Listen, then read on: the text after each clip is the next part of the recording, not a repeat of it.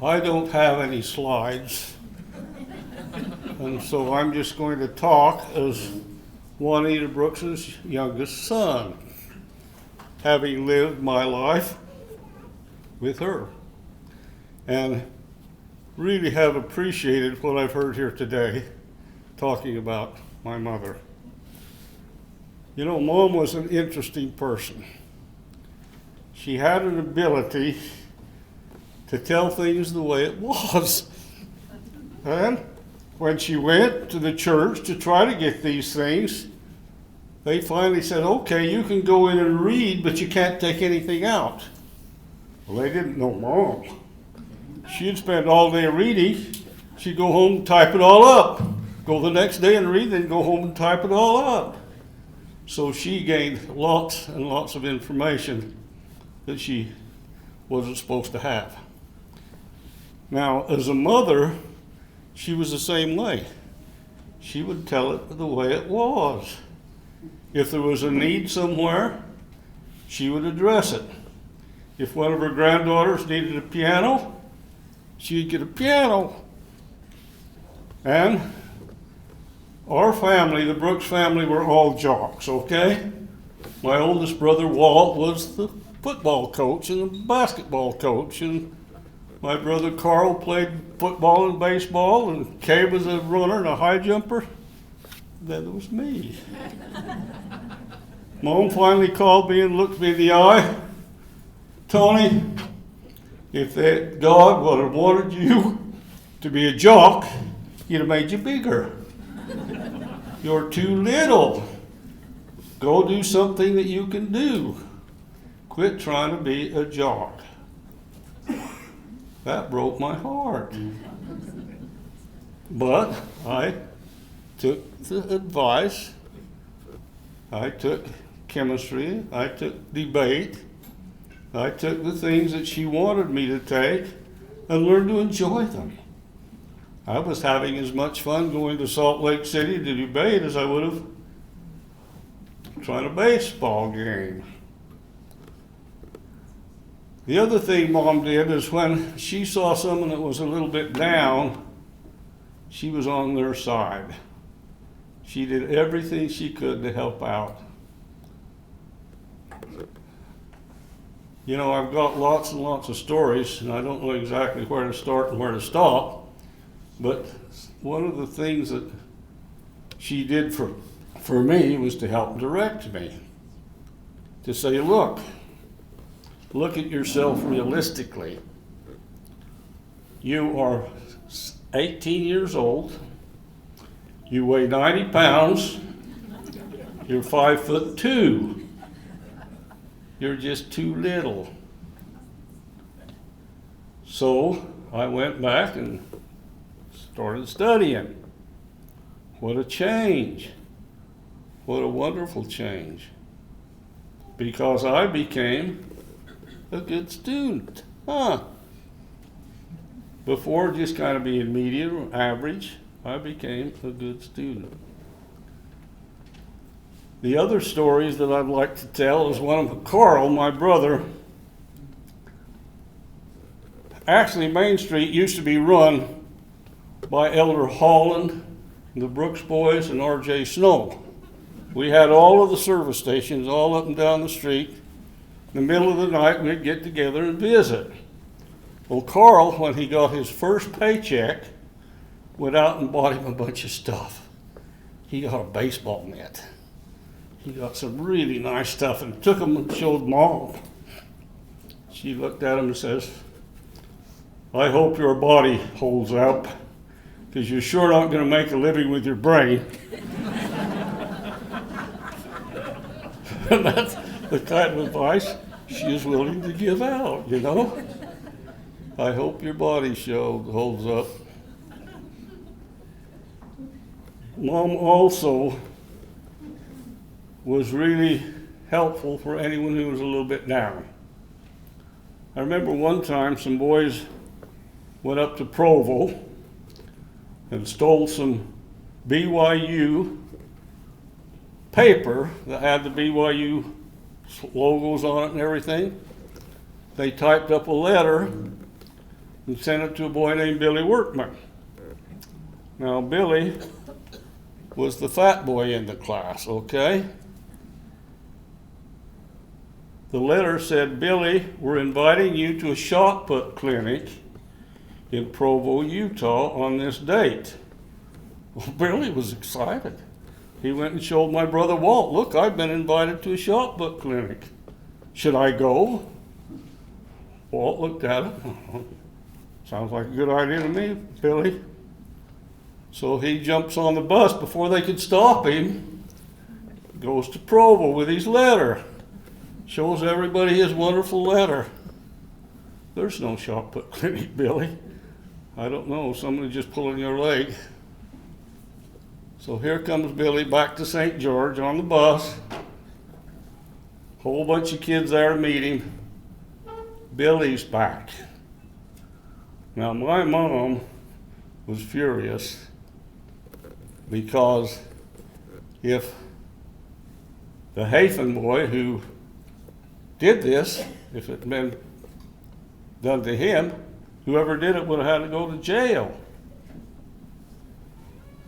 So Mom was always helping out and encouraging people who had problems. Now, when she went to Salt Lake, I really appreciate the discussion we've had about her going to Salt Lake and trying to get the records. And it's pretty accurate what you said, I think. The main thing, again, that they didn't recognize, Mom had quite a brain. She could go in, read all day long, go home and type all evening long, take away almost everything that they had. She would do that with us when we were kids. We never knew she was writing the Mountain Meadows Massacre. All we knew that she liked to go traveling and picking up journals, documents. So we always would go with her. Other thing that a lot of people don't recognize is the role that Dad played in all of this. Whenever Mom wanted to go anywhere, she didn't know how to drive. So Dad had to take her. So we'd load our car with Mom and Dad and Willa in the front, Carl and Kay and I in the back, trying very hard to harass Willa, being quite successful at it usually. We would sing her songs.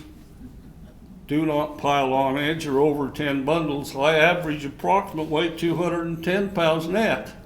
But we'd sing that about 100 times, and then she'd start trying to hit us, see? And we'd dodge. But Dad, our typical trip to Salt Lake City, I just thinking coming back from there, drove all the way one stop. We would drive from here to Cold Fort. Dad would say, you know, the car's getting a little tired, I think we better rest. So we'd pull off and stop, and all of us would go running out and climb on Cold Fort. Get back in and drive up to UB Dam Lake, go out and throw rocks. Get back in, make it all the way to the Springville Fish Hatchery. And then we could go to Salt Lake from there.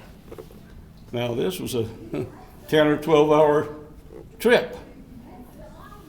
We came today, what, 4 hours? Anyway, but Dad was very, very supportive. He would help with the housework and everything that Mom needed. And so I wanted to at least put that in because a lot of people don't appreciate the role that Will Brooks played. They would go in to get one of these manuscripts. Mom was sometimes a little direct and a little harsh, and she'd come back out without the manuscript. Dad would go in and visit for a little while. They'd invite him back for dinner and give him the manuscript. He was the sheriff, and they said he could arrest somebody and take their kid to jail, be invited back for supper that night. So that's the way my father was, and I think he played a huge role in Mom's success. Because without him, she never learned to drive. She finally learned to drive when she was 70 years old, okay? I was living in Salt Lake and she was there. One night she called me and says, "Come and get this car. I've had a terrible accident. I don't want this car anymore." Oh, geez, I don't know what happened. Jumped in the car, run down there. She had backed out of her driveway, bumped into a parked car and broke one of the lights on her back system. Okay, that was her terrible accident, but she never drove again. And so that's kind of one thing about her. When she made a decision, it stuck. When she saw something she believed in, it stuck. When she went to get documents that she couldn't get, she figured out ways to get the information. When she got criticized, she said the hardest talk she ever had to give was when she went and talked to the Fancher family. So her grandpa had killed their grandpa. And so she had to go there and give them a talk about the Meadows and about how she felt about it and about how the people who committed it felt about it, and that it was a terrible thing. And so here you are talking one-on-one with the people that your grandpa had been involved in, their massacre. I don't know what else to try to talk about, but I do know that my mother was a very good person. My mother, when she taught school, gathered the people that were on the edges, helped them be in the center.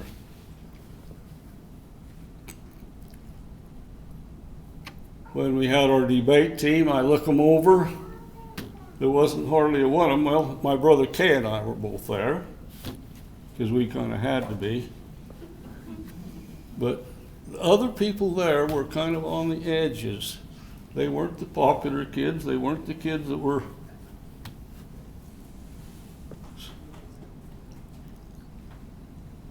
anyway.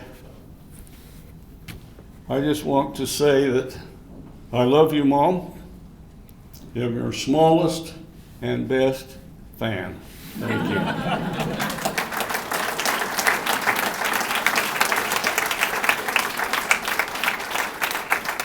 If you have questions, I'm more than happy to address them. Thank you. Would all of Uncle Tony's family and any of the Willowbrooks relatives, will you stand up? Uncle Tony brought a great group of his family today, if they're in here. Wow.